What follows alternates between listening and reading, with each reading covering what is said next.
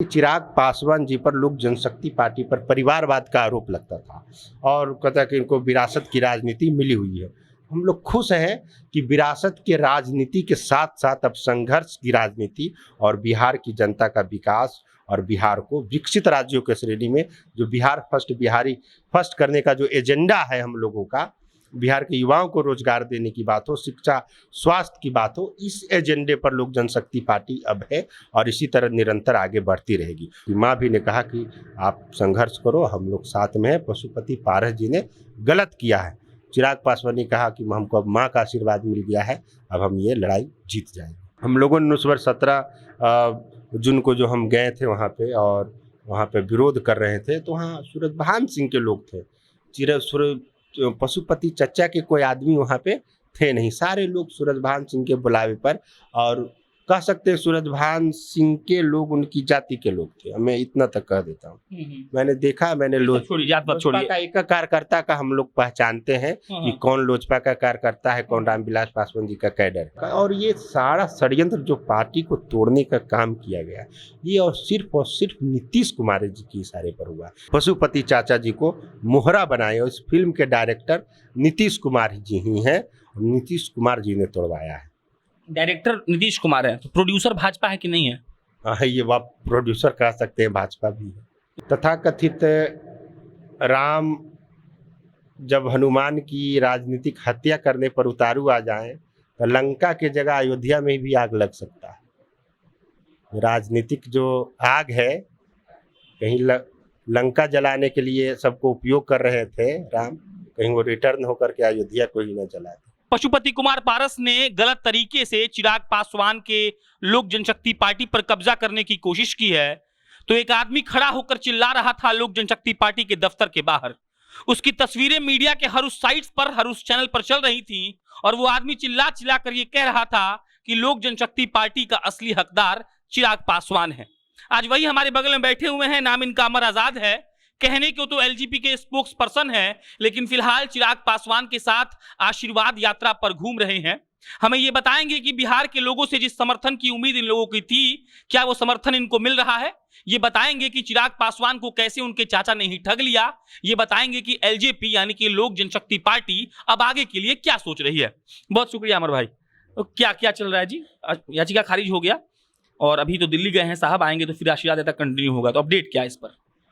देखिए, कुछ technical problem था जिसपे राष्ट्रीय अध्यक्ष चिराग पासवान जी का साइन वगैरह करना था दिल्ली में। याचिका जो खारिज हुआ है वो लोकसभा अध्यक्ष जो हैं ओम बिरला जी, उनके पास एक पेंडिंग है मामला कि सदन में नेता लोकसभा का, जबकि वो 5 सांसदों को राष्ट्रीय अध्यक्ष जी निलंबित कर दिए हैं। तो निलंबित कर दिए हैं तो कोई किसी पार्टी का 5 सांसद अगर जाता है और स्पीकर को लगता है कि नहीं, इनके पार्टी के सारे सांसद इनके पक्ष में हैं, मगर ये फैसला जो है राष्ट्रीय अध्यक्ष का कि कौन पार्टी का हमारा एमपी सदन का नेता होगा, राष्ट्रीय अध्यक्ष जी करते हैं। मगर बहुमत की सवाल है सदन में, लोकसभा में, उसके मायने में पशुपति पारस जी वहाँ फिट हैं, इसलिए ओम बिरला जी ने, अध्यक्ष जी ने उनको दे दिया कि सदन का मत। तो इसी का मामला हाईकोर्ट में याचिका दायर किया गया था लोक जनशक्ति पार्टी की ओर से, जो हाईकोर्ट ने यह करके खारिज कर दिया कि आप अभी लोकसभा बिरला जी देंगे हाँ फैसला वो करेंगे यस नो, उसके बाद आप कोर्ट आ सकते हैं। आशीर्वाद यात्रा में क्या क्या कर रहे हैं? आशीर्वाद यात्रा, देखिए, हम लोगों ने कल्पना नहीं किया था कि इतना जन समर्थन मिलेगा। मैं आशीर्वाद यात्रा में चिराग पासवान जी के साथ था, उनके काफिले के साथ था, और जगह जगह देखा कि हर एक 2-3 किलोमीटर पर उनकी गाड़ियों को रोकाया जाता था। और ऐसा कि नहीं, चिराग पासवान रुकते थे, उनसे मिलते थे, वो जनता आशीर्वाद देती थी। और हुजूम कई तो ऐसा जगह है जहाँ पर हजारों की संख्या में गाड़ी मोटरसाइकिल से लोग रिसीव करते थे, और गांव भी जाने का काम किए हैं चिराग पासवान जी, ब्लॉक स्तर पर भी जाने का काम किए, जबकि ये प्रोग्राम जिला स्तरीय था आशीर्वाद यात्रा। इसके बावजूद भी जनता और कार्यकर्ता जो लोक जनशक्ति पार्टी के जो कैडर हैं, वो चाहते हैं कि हमारे दरवाजे तक चिराग पासवान जी आए, तो चिराग पासवान वहाँ तक गए। और हम लोग इसलिए खुश हैं क्योंकि चिराग पासवान जी पर लोक जनशक्ति पार्टी पर परिवारवाद का आरोप लगता था और कहता कि इनको विरासत की राजनीति मिली हुई है। हम लोग खुश हैं कि विरासत के राजनीति के साथ साथ अब संघर्ष की राजनीति और बिहार की जनता का विकास और बिहार को विकसित राज्यों के श्रेणी में जो बिहारी फर्स्ट करने का जो एजेंडा है हम लोगों का, बिहार के युवाओं को रोजगार देने की बात हो, शिक्षा स्वास्थ्य की बात हो, इस एजेंडे पर लोक जनशक्ति पार्टी अब है और इसी तरह निरंतर आगे बढ़ती रहेगी। खगड़िया का जो प्रकरण था बहुत फेमस हुआ, मतलब पशुपति कुमार पारस के ससुराल में जाकर ऐसा जन सैलाब का उमड़ना और उसके बाद अपनी बड़ी माँ को पकड़ के रोना, उनका खाना खिलाना, वहाँ एक्चुअली हुआ क्या था? मैं वहाँ पर मौजूद था और जब चिराग पासवान जी वहाँ पहुँचे तो लगभग हजारों गाड़ियों का काफिला, जैसे ही अलौली विधानसभा वो पड़ता, अलौली पर हजारों संख्या की 4 व्हीलर वगैरह मोटरसाइकिल सब लोग, और वो 9 साढ़े 9 बज गया उनको आते आते, रात के बज गया 9:30 आते आते उनको बज, और लोग गांव घुमाने लगे। वहाँ जो गांव शहर बन्नी गांव है, जो वहाँ लोग बोले कि नहीं आप गांव घूमी, वो गांव को राउंड मारते हुए फिर वो अपनी माँ के पास आए और उनकी माँ है तो लिपट करके दोनों, एक जो भावना होता है, जो माया होता है, एक माँ का दर्द होता है, एक बेटा का जो किस तरह से उनके ही परिवार के लोग ने उन्हें दुख पहुंचाया है चिराग पासवान जी को, तो राजमाता हमारी जो स्वर्गीय रामविलास पासवान जी की पहली धर्मपत्नी है, उन्होंने उन्हें आशीर्वाद दिया और एक ही चम्मच से, वो 5 परिवार थे, चिराग पासवान जी, राजकुमारी देवी जी और भी उनके परिवार जो थे, एक ही चम्मच से वो लोग खाना खाएं और चिराग जी ने कहा और उनकी माँ भी ने कहा कि आप संघर्ष करो, हम लोग साथ में हैं। पशुपति पारस जी ने गलत किया है, चिराग पासवान ने कहा कि हमको अब माँ का आशीर्वाद मिल गया है, अब हम ये लड़ाई जीत जाएंगे। सब बात ठीक है, सब बात हम समझ रहे हैं, ठीक है, लेकिन एक बात ही समझ में आ रहा है कि जब चिराग पासवान नियम का हवाला दे रहे हैं, लोजपा के संविधान का हवाला दे रहे हैं कि राष्ट्रीय अध्यक्ष को हटाने के लिए 2 नियम होता है, या तो वो मर जाए या खुद इस्तीफा दे, और दोनों में से कुछ भी नहीं हुआ है, तो ये ऑफिस पर क्यों नहीं जा रहे हैं? मतलब क्या उनको डर है कि मारा पीटी हो जाएगा? क्या उनको प्रशासन या कानूनी कुछ डर है, या फिर वो भी नहीं चाहते हैं वहां जाना? इसका मकसद क्या है? देखिए, एक तो बात है कि लोक जनशक्ति पार्टी का जो राष्ट्रीय लेवल का जो ऑफिस है वो 12 जनपद है, जहां स्वर्गीय रामविलास पासवान जी रहते थे और अभी चिराग पासवान जी रह रहे हैं। तो राष्ट्रीय कार्यालय तो वहाँ है, वहाँ चिराग जी रह रहे हैं, ऑफिस का भी पता वही है। बिहार प्रदेश का जो कार्यालय है तो वो हमारे परिवार के चाचा ही रहे हैं, चाचा ही हैं, अभी भी हैं, आगे भी रहेंगे चाचा, और वो उनको अपने घर की तरह इस्तेमाल कर रहे थे। पशुपति पारस जी अपना कार्यालय को निजी, हाँ, वो घर, उसी घर पर जहाँ कार्यालय है पटना में, वो उसी में उनका जब भी रहते हैं वहीं रहते हैं। वो अपने घर पटना में भी उनका निजी आवास है, मगर वहाँ नहीं रहते हैं, वो कार्यालय में ही रहते। तो उनका कई तरह का सामान है, बहुत सा चीज़ है।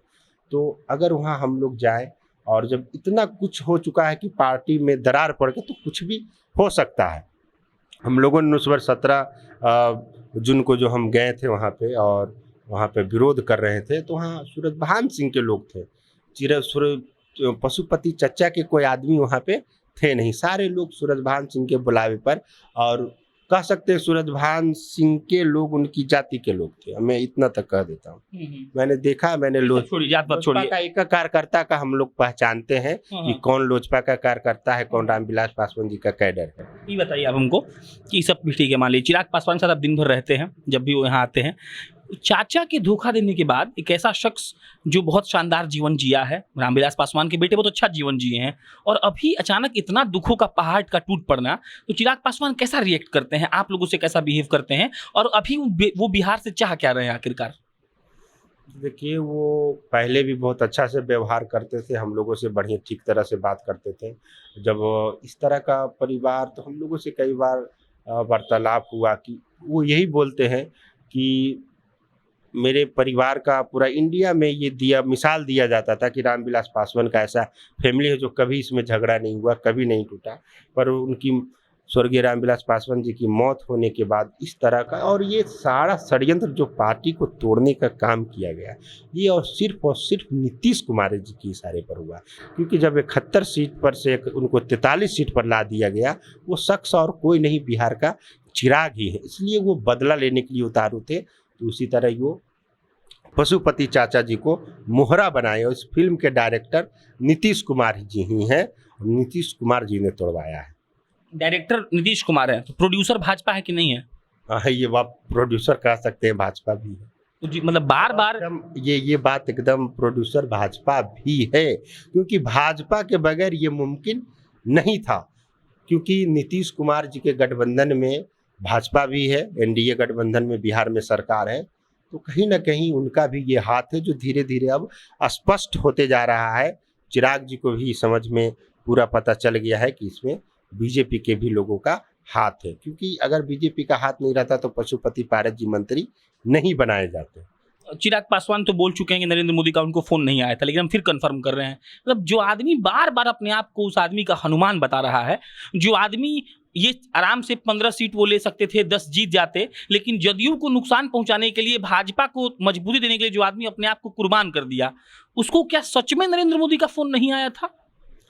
ऐसा तो वो कह रहे हैं कि फोन नहीं आया है, वो बोल चुके हैं कि फोन नहीं आया। हाँ, वो तो बिल्कुल नहीं आया, ये धोखा देने वाली बात हुई। और देखिए, तथाकथित राम जब हनुमान की राजनीतिक हत्या करने पर उतारू आ जाएं, तो लंका के जगह अयोध्या में भी आग लग सकता है।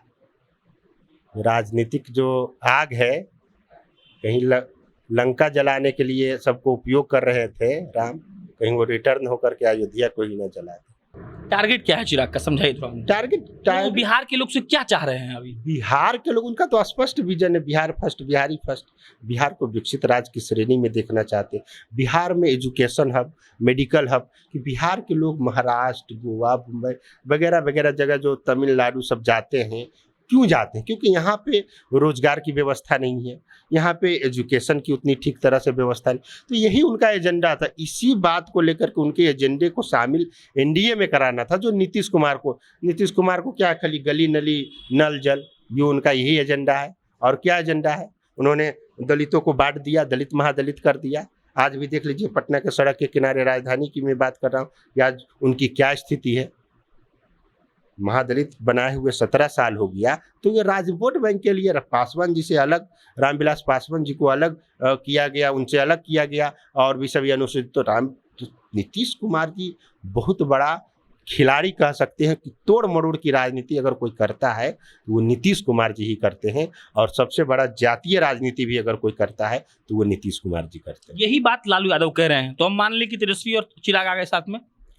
देखिए, राजनीति संभावनाओं का खेल है। आदरणीय स्वर्गीय रामविलास पासवान जी जब थे, जिंदा थे, और आदरणीय आरजेडी के राष्ट्रीय अध्यक्ष लालू प्रसाद यादव, उनका कई बार गठबंधन रहा है, और दोनों साथ में उन लोगों ने राजनीति भी किया है।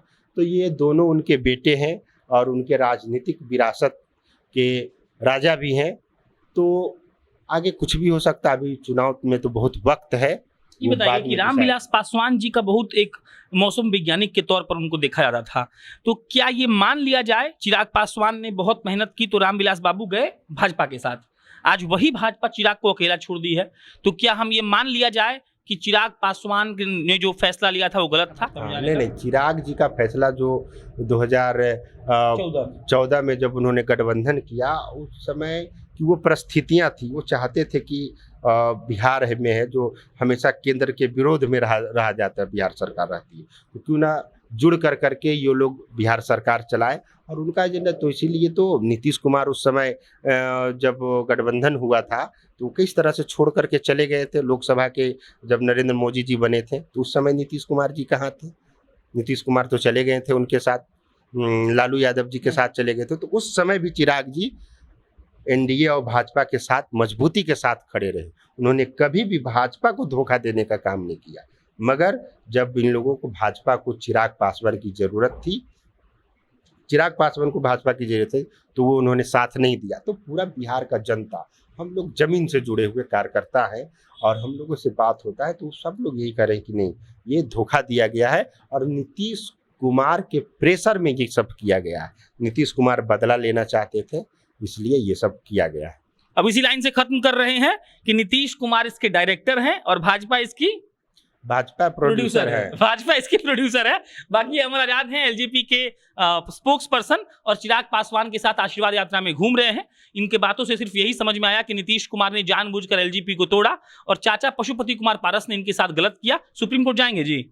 जरूर जाएंगे, सुप्रीम कोर्ट क्यों नहीं जाएंगे। चिराग पासवान जी कह दिए हैं कि ये हमारे पिताजी के खून पसीने से बनाई हुई पार्टी है और कोई उनके विचारधारा के विपरीत लोगों के इशारे पर कोई चले, वो चाहे हमारा परिवार क्यों ना हो, तो हम बिल्कुल नहीं बख्शेंगे। चलिए, सुप्रीम कोर्ट भी जाने वाले हैं, अन्य कोई अपडेट आएगा तो आपको देंगे। मेरा नाम प्रशांत राय है, आप जनता जंक्शन देख रहे थे। कैमरे के पीछे वरुण झा खड़े हैं। बहुत बहुत धन्यवाद।